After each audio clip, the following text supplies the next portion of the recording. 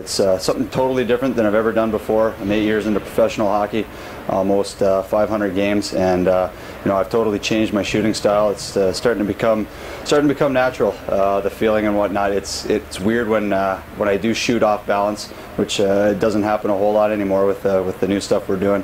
I'm totally centered, totally balanced, and I can really feel it now. The difference between when I shoot my old way and I do fall off, I know right away that I need to correct it, because it's starting to feel natural, the new way of shooting. So when we really knew that the shots were working really well for Matt was when we had the goalie out. Without any traffic and shooting from 25 or 30 feet out, when you can get to the point where you're shooting the puck and the goalie can't see the puck coming off your stick, we're really setting the bar at a whole different level. Well, I guess a couple pivotal moments. The rink guys here aren't going to be too happy, but shattering 2 panes of glass was it's pretty cool for me. One of the biggest keys to any shot release and improving a shot release is how the player catches the puck.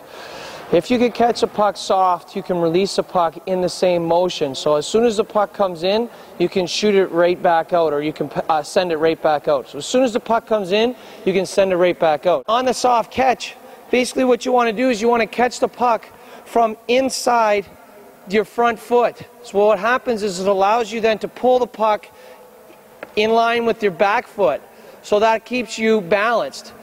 What happens to most players is they catch the puck off the back foot, so their stick is, when they receive the puck, their stick is back here, so that pulls them off when they catch the puck, and now they're off balance. So that's why you see this type of a shot where they're totally off balance when they're shooting. The key to changing that is making sure that their catch is off the inside foot. That allows them to catch it here, keep the puck inside of their center of gravity, which allows them then to either fire the puck from here or to shoot off of this inside foot by staying balanced. And that's why your shoulders can then face the net and you can follow through directly towards the net. As soon as you allow the puck to come outside of your skates, you're now at risk to being off balance, and your shoulder is going to fall away from the shot. And that's where most players make the mistake when they shoot. I'm shooting wristers from the blue line, and you know, getting a heck of a lot of force behind that puck, and end up putting a couple through the glass.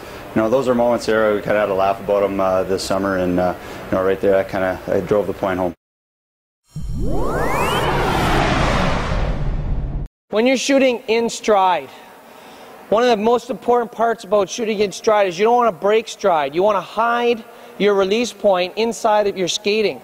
So one of the most important points is, as I'm skating through, that I keep the puck in a shooting position all the time. And then what happens is when I come over the top on that next shot, all of my weight now is into the shot.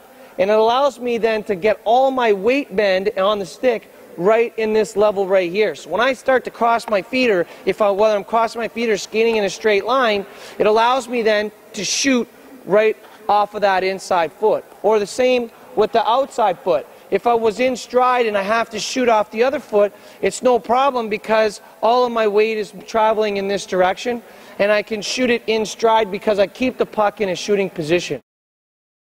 When you study the elite players of the NHL, the guys who are at the top of the scoring list every year, those guys can do a lot with their feet moving. They can catch pucks and shoot pucks with their feet moving. They can shoot pucks on the fly with their feet moving. And they can shoot at different levels and hide their release all over the ice. And that's where I think it becomes important. And that's what we focused on with Matt, was hiding his release in all areas of the ice. On the inside bend shot, basically what we're trying to do is focus on the bend of the stick. So again, we catch the puck early off the inside foot, allow the puck to get no further than the outside foot, and then drop the hands right down on the stick to get that stick bend. And it's that stick bend is what we're trying to accomplish. So you catch it from the inside, you get it to the here, and then you fire in stride. So I can continue as I'm skating, catch that puck in that area right here, and then get it right to here, and then drop my hands. And that is what allows me to get the puck off much, much faster than in any other traditional type shots. On the two-touch is a very applicable skill. It happens all the time where players on his off wing, but he hasn't had a chance to open up yet, and the pass is coming early and it's ahead of him. So what most players have to do is they got to catch the puck, move the puck in position to shoot, and then fire it. What a two-touch does is it allows you to, again, shoot in stride, and again, you're catching the puck off the front skate, allowing it to get to here, and what happens is you pull the puck back and step right into the shot on the next step. And that's the most important part, is being able to catch it clean, pull the puck back into this area right here, just off the front skate. So now when I step, my step right here, by having the puck right off this inside skate, that's what allows me to bend my stick and really fire it.